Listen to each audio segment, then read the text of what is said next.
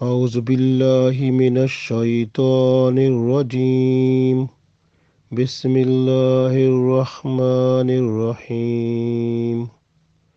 يا بني إسرائيل اذكروا نعمتي التي أنعمت عليكم وأوفوا بعهدي أوفي بعهدكم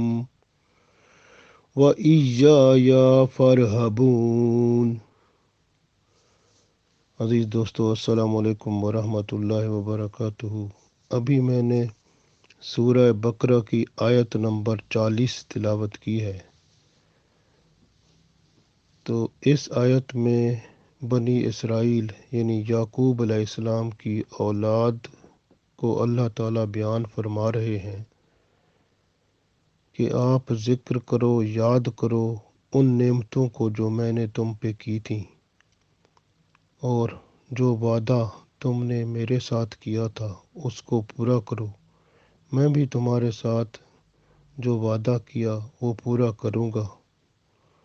اور صرف تم مجھ سے ہی ڈرتے رہو۔ تو ان باتوں کا اس میں ذکر ہے، تو اس کو ہم اب پڑھتے ہیں۔ اللہ تعالیٰ ارشاد فرماتا ہے، یا بنی، یہ مخاطب، یا جب فرمایا جاتا ہے تو مخاطب یعنی ان کو، جیسے کوئی سامنے ہوتا ہے تو ان کو بندہ بات کرتا ہے، ہم بات کرتے ہیں، تو اللہ تعالیٰ جب بات فرماتے ہیں تو جو سامنے مخاطب کر کے فرما رہے ہیں، یہ مخاطب جب کیا جاتا ہے تو یہ ایک ڈائریکٹ بات ہوتی ہے۔ تو یہ اللہ تعالیٰ اتنا بڑا یعنی کرم فرما رہے ہیں کہ ڈائریکٹ بات فرما رہے ہیں بنی اسرائیل سے۔ اب بنی اسرائیل، یہ جو دیکھیں نا، یہ جتنے بھی یہودی ہیں، عیسائی ہیں، یہ سب بنی اسرائیل ہیں۔ اور بنی کا مطلب ہوتا ہے اولاد، اسرائیل کا مطلب ہے اللہ کا بندہ، عبداللہ، یعنی اسرا کا مطلب ہے یہ بنی اسرائیل، بنی کا مطلب اولاد، اور اسرائیل جو ہے یہ سریانی زبان، یعنی جو زبان حضرت عیسیٰ علیہ السلام بولتے تھے وہ سریانی زبان تھی۔ تو اس زبان میں اس کا مطلب بنتا ہے، اسرا کا مطلب بنتا ہے بندہ، اور بندہ یا غلام، اور ایل کا مطلب اللہ۔ اسرائیل اللہ کا بندہ یعنی عبداللہ، عبداللہ کا مطلب بھی اللہ کا بندہ ہوتا ہے نا، تو عبداللہ، تو یہ عبداللہ یا اسرائیل یعنی اللہ کا بندہ، یہ کچھ لوگ کہتے ہیں کہ یہ حضرت یعقوب علیہ السلام کا لقب تھا۔ گویا جب وہ اپنا اتنی تکالیف میں تھے تو وہ جب وہ یوسف علیہ السلام کی یاد اور اللہ کی یاد میں، تو پھر اللہ تعالیٰ نے ان کو یہ شرف عطا فرمایا، یہ نام عطا فرمایا اسرائیل۔ اور جب کہ یہ بات ملتی ہے کہ یعقوب علیہ السلام کا یہ نام ان کا لقب تھا، کہیں پر یہ بات ملتی ہے۔ تو جو یہ بات ہے کہ بس اصل میں یہی ہے کہ جو نیک بندہ ہوتا ہے وہ اللہ کا غلام ہی ہوتا ہے۔ تو حضرت یعقوب علیہ السلام پیغمبر بھی تھے اور صبر کرنے میں سب سے اعلیٰ تھے، اور اللہ تعالیٰ تو خود فرماتا ہے ان اللہ مع الصابرین، میں تو صبر کرنے والوں کے ساتھ ہوں۔ تو جو صبر کرنے والوں کے ساتھ ہوتا ہے تو وہ اس کو پسند فرماتا ہے، تو اللہ تعالیٰ ساتھ ہوتا ہے نا۔ تو یعقوب علیہ السلام نے تو بہت زیادہ صبر کیا تھا۔ اب اسرائیل کا مطلب اللہ کا بندہ۔ تو یعقوب علیہ السلام حضرت اسحاق علیہ السلام کے بیٹے تھے، اور اسحاق علیہ السلام حضرت ابراہیم علیہ السلام کے بیٹے تھے۔ تو ابراہیم علیہ السلام کی اولاد میں سے یہ حضرت اسحاق علیہ السلام، اور پھر یعقوب علیہ السلام، اور پھر یعقوب علیہ السلام کی اولاد میں یہ سارے ہزاروں نبی آئے۔ یہ حضرت یوسف علیہ السلام، حضرت موسیٰ علیہ السلام، عیسیٰ علیہ السلام، یہ سارے آپ تو یعنی رسول اللہ صلی اللہ علیہ وسلم سے پہلے آپ دیکھ لیں، یہ سارے نبی جو ہیں یہ بنی اسرائیل سے ہی ہیں، اور ہزاروں آئے۔ اور یہ تینوں کتابیں جو بڑی بڑی کتابیں ہیں، یعنی زبور ہے، تورات ہے، انجیل ہے، یہ بھی اللہ تعالیٰ نے انہی پر ہی نازل فرمائی ہدایت کے لیے۔ اور اتنے نبیوں کا آنا یہ بہت بڑی نعمت ہے۔ جب اللہ تعالیٰ کسی کے پاس ہدایت کا پیغام بھیجتا ہے تو یہ اللہ کی محبت اور اللہ کا کرم ہے، اور ایک بہت بڑا احسان اور ایک بہت بڑی نعمت ہے کہ ہدایت اللہ کی کسی کے پاس آ جائے۔ اور ہدایت کا آنا اس چیز کی گواہی ہے کہ اللہ مہربان ہے، وہ بندوں کو ہدایت دے کر جنت میں داخل فرمانا چاہتا ہے اور ان پر خاص کرم فرمانے والا ہے۔ تو یہ بہت بڑا کرم ہے۔ ہدایت جب پیغمبروں کے ذریعے آئے اور اتنی کتابیں بھی آئیں تو یہ تو بہت بڑا کرم ہے۔ تو اللہ تعالیٰ نے یہ سب کرم کیا تھا ان پر، بنی اسرائیل پر۔ اور اس لیے اللہ تعالیٰ ارشاد فرماتے ہیں، یا بنی، اے اولاد اسرائیل، یعقوب علیہ السلام کی، اے یعقوب علیہ السلام کی اولاد۔ آج کل جو یہودی اور عیسائی اور اہل کتاب ہیں یہ سارے کے سارے کیا ہیں؟ یہ بنی اسرائیل والے ہیں۔ تو یہ یعقوب علیہ السلام کی اولاد اور بنی اسرائیل کہے جاتے ہیں، تو یہ وہ ہیں۔ تو ان کو سب کو یہ خطاب اب یہ، کیونکہ یہودی اور عیسائی یہ قیامت تک رہیں گے، یعنی جب اینڈ آف دا ورلڈ ہوگا، جب دنیا ختم ہونے والی ہوگی تو اللہ تعالیٰ ان کو بھی زندہ رکھے گا۔ کیوں؟ اس لیے کہ قرآن پاک میں ان کو خطاب کیا گیا ہے۔ تو یہ جو قرآن پاک کتاب یہ قیامت تک کے لیے ہے، اس لیے یہ لوگ بھی قیامت تک کے لیے قیامت تک ہوں گے، اور سب کو خطاب ہو رہا ہے کہ اے بنی اسرائیل، لذکرو، یاد کرو، لذکرو جیسے ذکر کرو، یاد کرو، یا بنی، اے بنی اسرائیل، یا اے اولاد یعقوب علیہ السلام کی، لذکرو، یاد کرو، یا بنی اسرائیل اذکرو، اے اولاد اسرائیل کی یا اے اولاد یعقوب علیہ السلام کی، یاد کرو نعمتی، میری نعمت کو، میرے احسان کو، التی، جو، انعمتو، میں نے انعام کی تھی، علیکم، تم پر، جو میں نے تم پر انعام کی تھی اپنی نعمت، ان نعمتوں کو یاد کرو، ان نعمتوں کو یاد کرو،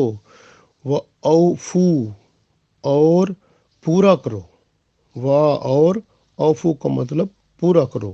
یہ جمع کا صیغہ ہے، سب کے لیے ہے کہ اہل کتاب جتنے بھی ہیں، چاہے عیسائی یہودی، سب پورا کرو۔ کس کو؟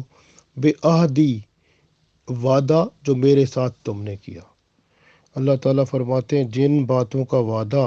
تم نے میرے ساتھ کیا تھا وہ وعدہ اپنا پورا کرو۔ اوفی، پورا کروں گا، بے عہدکم، عہد یا وعدہ جو میں نے تمہارے ساتھ کیا۔ تو اللہ فرماتے ہیں وہ جو وعدہ پھر میں نے تمہارے ساتھ کیا تھا وہ میں بھی پورا کروں گا۔ پہلے تم اپنے ساتھ جو میرے ساتھ وعدے کیے تھے وہ تو پورے کرو، وہ پورے کرو تو پھر میں بھی تمہارے ساتھ وعدہ جو ہے جو کیا تھا وہ تمہارے ساتھ پورا کروں گا۔ وَإِيَّايَ، اور صرف مجھ سے ہی، فرحبون، ڈرتے رہو، یعنی ڈر رکھو تو صرف میرا ہی رکھو۔ وَإِيَّايَ، اور صرف مجھ سے ہی، فرحبون، پس تم ڈرتے رہو، یعنی ڈر رکھو تو میرا ہی رکھو، اور کسی کا ڈر خوف رکھو ہی نہ۔ اب یہاں پر دیکھیں، اس کو اب غور کرتے ہیں ان پر۔ سب سے پہلی بات یہ عربی کی جو یہ عبارت ہے اس کے اندر دو باتیں سمجھانے والی ہیں۔ ایک تو یہ ہے کہ اس کے اندر انعمتو لفظ استعمال ہوا ہے، دیکھیں نا، یا بنی اسرائیل اذکروا نعمتی التی انعمتو علیکم، یہ تا کے اوپر پیش ہے۔ اب تا کے اوپر جو پیش ہے نا تو یہ اس کا مطلب بن جاتا ہے میں نے، انعمتو، جو میں نے انعام کیا، یعنی میں نے جو تم پر احسان کیا، انعام کیا، انعمتو۔ اسی طرح آپ دیکھیں نا، اگر شروع میں جائیں سورہ فاتحہ کو پڑھیں، سورہ فاتحہ میں جب آپ پڑھتے ہیں تو اس کے اندر الحمدللہ رب العالمین الرحمن الرحیم مالک یوم الدین ایاک نعبد و ایاک نستعین اہدنا الصراط المستقیم صراط الذین انعمت علیہم۔ یہاں دیکھو نا، یہاں پر آتا ہے انعمتا، اب یہ ادھر تا کے اوپر زبر ہے۔ اب یاد رکھنا ہے کہ یہ زبر یہ بہت اہم ہے، کیونکہ اگر ہم نے جس طرح ادھر آیا ہوا ہے نا انعمتو، یعنی میں نے انعام کیا، یہاں پر انعمتا ہے، یعنی انعمتا کا مطلب تا کا مطلب تو نے انعام کیا، یہاں پر تو سے مراد اللہ تعالیٰ، تا کے اوپر زبر کا آنا اس کا مطلب انعام احسان اللہ کی طرف سے ہے۔ اگر ہم نے ادھر سورہ فاتحہ میں انعمتا کی بجائے انعمتو پڑھ لیا، یعنی پیش پڑھ لیا، تو شرک ہو جائے گا، یعنی کیونکہ بھئی انعام احسان کس نے کیا؟ میں نے کیا،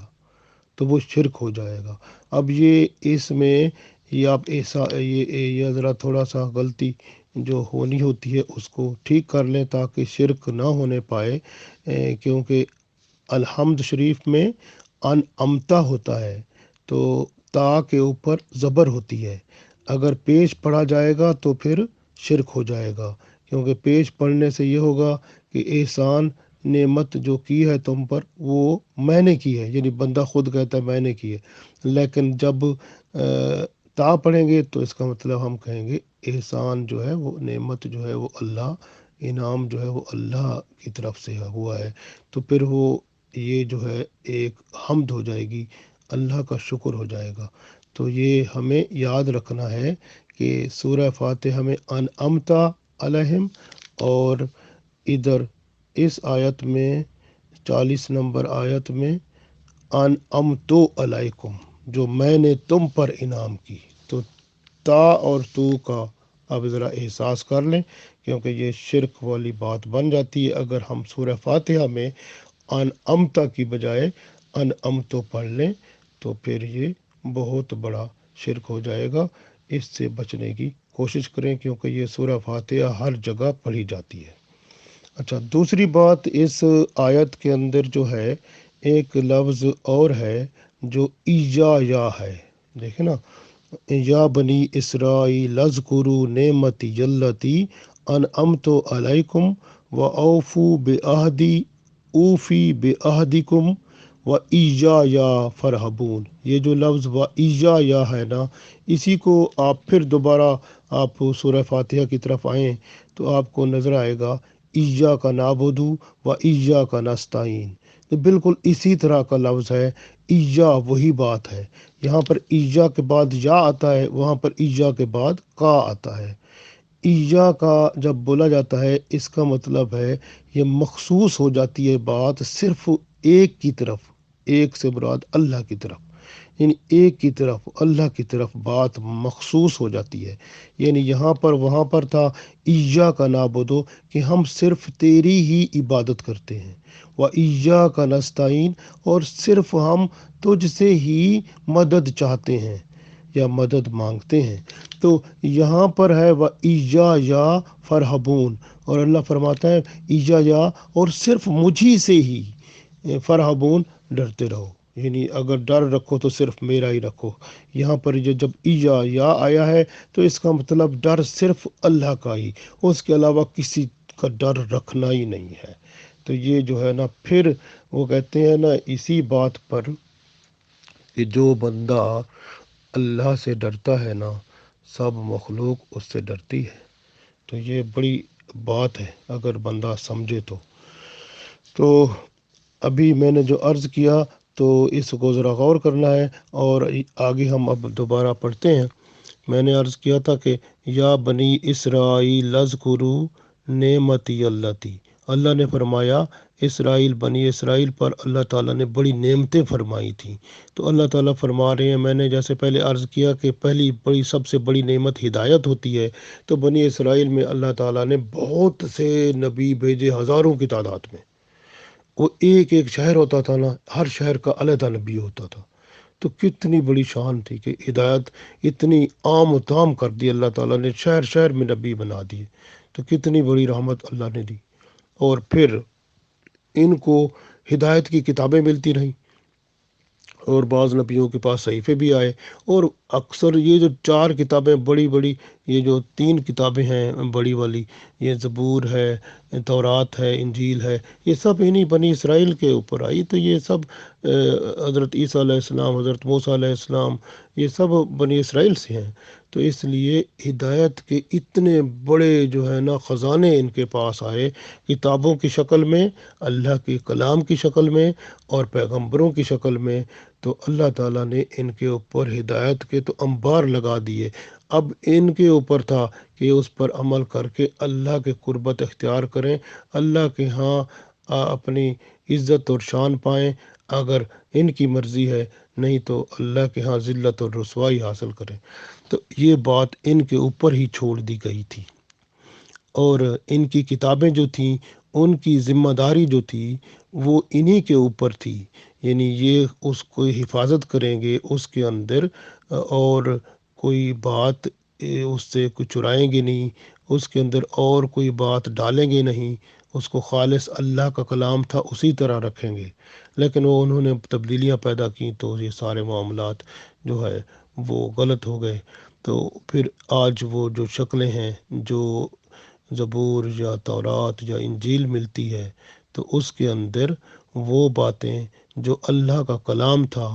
وہ اس کی اصلی شکل میں نہیں ہے، کیونکہ اس میں رد و بدل کیا ہوا ہے، اپنی ضرورت اور نفس کی خواہشات کو اس کے اندر داخل کر دیا ہوا ہے۔ اس وجہ سے ہم یہ تو ایمان رکھتے ہیں کہ یہ جو کتابیں ہیں واقعی اللہ کا کلام تھیں، لیکن اب جو اس وقت موجود ہیں ان کے اندر کچھ انہوں نے اپنی طرف سے جو ڈالا ہوا ہے، تو ان کی اصلیت جو ہے، جو حقیقت کلام الہی ہے، وہ اب نہیں رہا۔ تو لیکن کتابوں پر ہمارا ایمان ہے، وہ اللہ کی کتابیں ہیں، لیکن ان کی طرف سے جو اس کے اندر ڈالا ہوا ہے، اور ہر سال جو ہے ان کے اجلاس ہوتے ہیں جس میں وہ ماحول اور اپنے لوگوں کی ضروریات کا خیال رکھتے ہوئے اس کے اندر امینڈمنٹ یا ترمیم کرتے رہتے ہیں، اضافہ وغیرہ ہوتا رہتا ہے۔ تو یہ ان کے اپنے معاملات میں سے وہ کلام الہی میں تبدیلی پیدا ہوتی رہتی ہے۔ تو یہ اس کو کلام الہی ہم تو نہیں کہہ سکتے، اب یہ کہتے رہیں، لیکن ہمارے نزدیک یہ ہے، یہ کتابیں صحیح تھیں اور اللہ کا کلام تھا، اور یہ سچ ہے، یہ نبیوں پر آئی تھیں، ہدایت کی کتابیں تھیں۔ اب ان میں جو تبدیلی ہوئی ہے وہ ان کی اپنی طرف سے ہوئی ہے، یہ اپنی کتابوں کی حفاظت نہیں کر سکے، تو اس لیے اللہ تعالیٰ جو ہیں وہ ایک کے بعد پھر دوسری کتاب بھیجتے رہے، تو دوسری کتاب بھی حفاظت نہ ہوئی تو پھر تیسری بھیجتے رہے۔ اب اللہ تعالیٰ نے آخر میں قرآن پاک بھیجا، قرآن پاک کی حفاظت کی ذمہ داری اللہ تعالیٰ نے خود ہی لے لی۔ تو جب حفاظت کی ذمہ داری خود ہی لے لی تو پھر معاملہ ختم ہو گیا، بندے اس میں کچھ کر ہی نہیں سکتے، تو بندے تبدیلی لا ہی نہیں سکتے اس کے اندر۔ تو قرآن پاک تو ایسی کتاب ہے جس کی حفاظت اللہ تعالیٰ نے خود لے لی ہے، اور اب تک جو ریسرچ ہوئی ہے انگریزوں نے بھی کی ہے، قرآن پاک میں ایک ذرہ بھر بھی غلطی نہیں نکالی، اور نہ معلوم ہوئی ہے ان کو بہت بڑی ریسرچ کرنے کے بعد۔ قرآن پاک کی حفاظت کی ذمہ داری وہ اللہ تعالیٰ نے خود ہی لے لی ہوئی ہے۔ تو یہ دیکھیں اللہ تعالیٰ کا کتنا احسان ہے۔ اب اللہ تعالیٰ نے ان پر جو فرمایا، یا بنی اسرائیل اذکروا نعمتی اللتی، اے بنی اسرائیل، اے یعقوب علیہ السلام کی اولاد، یاد کرو وہ نعمتیں جو میں نے تم پر کی تھیں، انعمت علیکم، تم پر وہ نعمتیں بہت تھیں۔ اب دیکھیں کہ یہ جو ہے نا ایسے لوگ کتنے یہ غلاموں کی زندگی بسر کرتے تھے، غلام بنے ہوئے تھے۔ فرعون جو تھے بادشاہ، ایک بندہ آتا تھا فرعون مصر کے جو بادشاہ بڑے تھے، وہ ایک فرعون آتا تھا تو وہ ایک غلامی میں رکھتا تھا، اگر مر جاتا تھا وہ بادشاہ تو دوسرا اس کا نام بھی فرعون ہوتا تھا، ہر بادشاہ کا نام وہ فرعون ہوتا تھا۔ تو وہ فرعون بادشاہ جتنے بھی آئے انہوں نے ان کو بنی اسرائیل والوں کو سب کو غلام بنا کر رکھا، اور غلام بنا کر رکھا، اور ان سے بڑے بڑے ایسے کام لیتے تھے جو بندہ بیان کرے تو بندہ حیران ہوتا ہے کہ وہ روتا ہے، اتنے تکلیفیں دیتے تھے غلاموں کے اوپر، بڑے عذاب تھے، کام بھی بڑے لیتے تھے اور قتل بھی کر دیتے تھے، سزائیں بھی بڑی دیتے تھے، بس وہ ذلت کی رسوائی کی زندگی ایک تھی ان کی۔ اور اللہ تعالیٰ نے موسیٰ علیہ السلام کے ذریعے سے وہ کیا ہوا کہ بنی اسرائیل کی غلامی سے، فرعون کی غلامی سے ان کو نجات دلائی، اور فرعون اور اس کا لشکر جو تھا وہ اللہ تعالیٰ نے وہ دریا میں وہ راستہ ان کے لیے بنا دیا، یہ پار ہو گئے، اور اللہ تعالیٰ نے فرعون اور اس کے تمام لشکر کو وہاں ڈبو دیا، تو وہ سب ختم ہو گئے۔ پھر اللہ تعالیٰ نے ان کو حکمرانی عطا فرمائی۔ دیکھیں نا کتنا اللہ کی شان ہو گئی کہ یہ جو غلام تھے حکمران بن گئے، کتنی بڑی رحمت ہے اللہ کی، یہ بہت بڑا احسان نہیں تھے اور کیا ہے؟ اللہ فرماتا ہے نا اس لیے میں نے نعمت کی احسان کیا تم پر۔ اور پھر اور دیکھیں کہ جب موسیٰ علیہ السلام کے ساتھ جاتے تھے کہیں پر، ان کو جو ہے رستے میں جو ہے نا وہ دھوپ جیسے ہوتی ہے، کیونکہ افریقہ کا ایریا یہ مصر وغیرہ، تو ادھر دھوپ ہوتی ہے بڑی تیز، تو دھوپ ہوتی تھی تیز، تو یہ کیا کہتے تھے موسیٰ علیہ السلام کو اللہ تعالیٰ سے دعا کریں، تو وہ اللہ سے دعا کی انہوں نے، تو وہ آسمان پر بادل آ گیا، تو وہ جہاں جہاں جاتے تھے پھر ان کے سروں پہ بادل رہتا تھا، سایہ کرتا تھا، سورج کی شعاعیں سے ان کو بچاتا تھا، اور ان کے ٹھنڈے ٹھنڈے موسم ہو جاتا تھا، جہاں جہاں چلتے جاتے تھے بادل ان کے سروں کے اوپر سے خود بخود چلتا جاتا تھا اوپر سے، تو یہ ان کے سروں پہ بادل رہتا تھا، گویا یہ ان کو دھوپ کی تپش بھی نہیں ملتی تھی۔ دیکھیں یہ اور احسان نہیں ہے؟ اسی طرح آپ دیکھ لیں کہ ایک دفعہ ان کو پیاس لگی بڑی شدید، اور ان کے پاس کچھ بھی نہیں تھا، تو موسیٰ علیہ السلام نے پتھر کے اوپر جو وہ اپنا ڈنڈا مارا، تو پھر کیا ہوا کہ یہ 12 قبیلے تھے، 12 چشمے پیدا ہو گئے، تو وہ ہر چشمہ جو تھا، تاکہ قبیلے آپس میں لڑیں ہی نہ، ہر قبیلے نے اپنا اپنا چشمہ لے لیا، اس سے پانی لے کے اپنا پینا شروع ہو گئے۔ دیکھیں نا یہ اور رحمت نہیں ہے؟ اسی طرح سے بھوک لگ گئی جی، ابھی ہم جو ہے نا کھانا نہیں پکا سکتے، کچھ نہیں کر سکتے، اللہ تعالیٰ سے دعا کرے اللہ تعالیٰ ہمیں کھانا دے، تو موسیٰ علیہ السلام نے ہاتھ کھڑے کیے، اللہ تعالیٰ نے آسمانوں سے من سلوہ نازل کر دیا، وہ کھانا بھی وہ انہوں نے قدر ہی نہیں کی من سلوہ کی۔ اگر یہ قدر کرتے، اور ان کو جیسے ہوتا ہے نا لالچی ہوتا ہے بندہ، خود غرضی، سٹور کرنا شروع کر دیا، تو وہ سٹور کرنا کی کیا ضرورت تھی جب روزانہ تو آ جاتا تھا، تو اس وجہ سے وہ پھر اللہ تعالیٰ نے وہ ختم کر دیا۔ مطلب یہ ہے کہنے کا، یہ دیکھیں ان کے اوپر کتنا کرم ہوا کہ کھانا بھی اللہ تعالیٰ کی طرف سے آرام سے آ جاتا تھا، وہ جناب روز کا کھانا موجود۔ اچھا، پھر اور دیکھیں ان کے اوپر یعنی اللہ کی رحمت یہ تھی کہ یہ جو ہے نا کپڑے جو ہیں، اب کیونکہ یہ کپڑے ان کے میلے نہیں ہوتے تھے، پسینہ نہیں آتا تھا، بدبو نہیں ہوتی تھی جسم سے، اور کپڑے میلے نہیں ہوتے تھے، ویسے ستھرے کے ستھرے اور خوشبودار صاف ستھرے رہتے تھے۔ اب یہ بھی تو کتنی بڑی بات ہے اللہ تعالیٰ کی ان پر۔ اب اسی طرح کہ میں آپ کو کون کون سی نعمتیں آپ کو گن کے سناؤں تو یہ تو ٹائم بہت لگ جائے گا اس باتوں میں، تو بس یہ سمجھ لیں کہ اللہ تعالیٰ کی ان پر بڑی رحمتیں تھیں، بڑا کرم تھا، وہ اللہ تعالیٰ کی بہت بڑا احسان تھا، اتنی نعمتیں ہیں بیان سے باہر ہیں۔ تو اللہ تعالیٰ نے فرمایا یہ سب یاد تو کرو نا، دیکھو میں نے کتنی نعمتیں تم پر کی، اور کتنا کرم کیا تم پر، میں نے کتنے احسان کیے تم لوگوں پر، یہودیوں، عیسائیوں، اور یہ سب لوگوں کو، قیامت تک آنے والے جو بنی اسرائیل والے، سب کو حکم ہے کہ بندے اللہ دیکھو کہ بھئی آپ پر میں نے کتنا کتنا احسان کیا، کتنے کرم کیے۔ اللہ تعالیٰ نے فرمایا یا بنی اسرائیل اذکروا نعمتی التی انعمت علیکم، اے یعقوب علیہ السلام کی اولاد ذکر کرو، یاد کرو ان نعمتوں کو جو میں نے تم پر کی۔ دیکھو تو صحیح، تو یہ غور تو کرو۔ اور پھر اللہ فرماتا ہے وَأَوْفُوا بِعَہْدِی، اور وعدہ پورا کرو جو میرے ساتھ تم نے کیا۔ اب کیا تھا وعدہ؟ اب دیکھیں نا، وعدہ یہی تھا نا کہ اللہ کی فرما برداری کریں گے، اور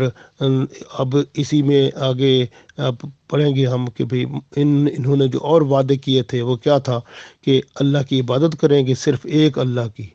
اور ماں باپ کی خدمت کریں گے، عزیز و اقارب جو ہیں رشتہ دار جو ہیں ان کے ساتھ صلح رحمی کریں گے، یتیموں کے حقوق دیں گے، اور نماز قائم رکھیں گے، زکوٰۃ دیں گے، اور خون خرابہ فساد نہیں کریں گے، اور سب سے بڑی بات جو اور وعدہ جس کا ذکر سورہ مائدہ میں بھی آتا ہے کہ جو ان کے بعد نبی آئیں گے ان پر ایمان لائیں گے، اور رسول پاک صلی اللہ علیہ وسلم جو آخری نبی ہوں گے ان پر بھی ایمان لائیں گے، جن کا ذکر تورات اور انجیل میں ملتا ہے، اور وہ جو ہے ان کا یعنی اس پر ایمان لائیں گے، اور قرآن پاک جو کہ تمام کتابوں کی تصدیق کرتا ہے اس پر ایمان لائیں گے۔ اور یہ یعنی آپ دیکھیں اللہ تعالیٰ کی اتنی رحمت ان پر ہوئی، اور یہ وعدے جو انہوں نے اللہ سے کیے کہ آخری نبی پر ایمان لانا تورات و انجیل میں لکھا ہوا ہے، جو انہوں نے اس کو ہٹا کے اور تبدیلی کر دی، اور جو صفات رسول اللہ صلی اللہ علیہ وسلم کی اس کے اندر بیان تھیں ان میں بھی تبدیلیاں کر بیٹھے۔ تو یہ آپ غور کریں، ایسے لوگ ہیں کہ جو ہے نا مدینہ شریف میں یہ جو ہے یہودی جو تھے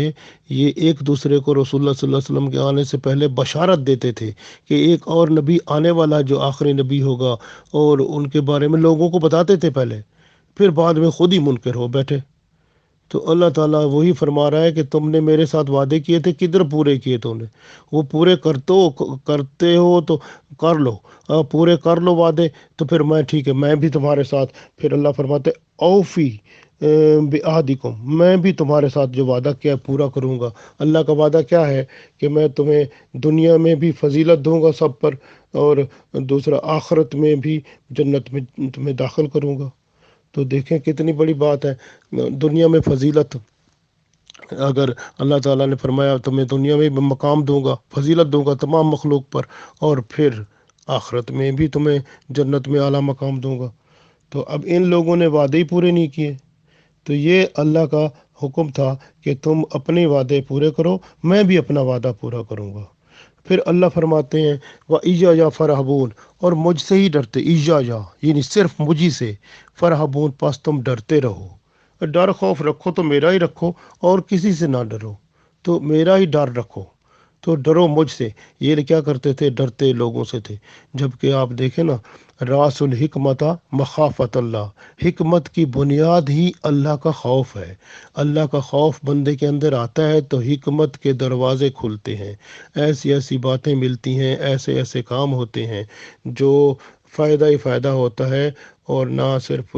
دینی دنیاوی بلکہ ہر طرح کا فائدہ ہی فائدہ ہوتا ہے۔ تو یہ حکمت کے سارے دروازے کھلتے ہیں اگر بندے میں اللہ کا خوف آتا ہے۔ اور اللہ تعالیٰ یہ لوگ کیا کرتے تھے؟ ڈرتے تھے ان سے، جو ان کے بڑے بڑے تھے، ان کے مولوی، اور جو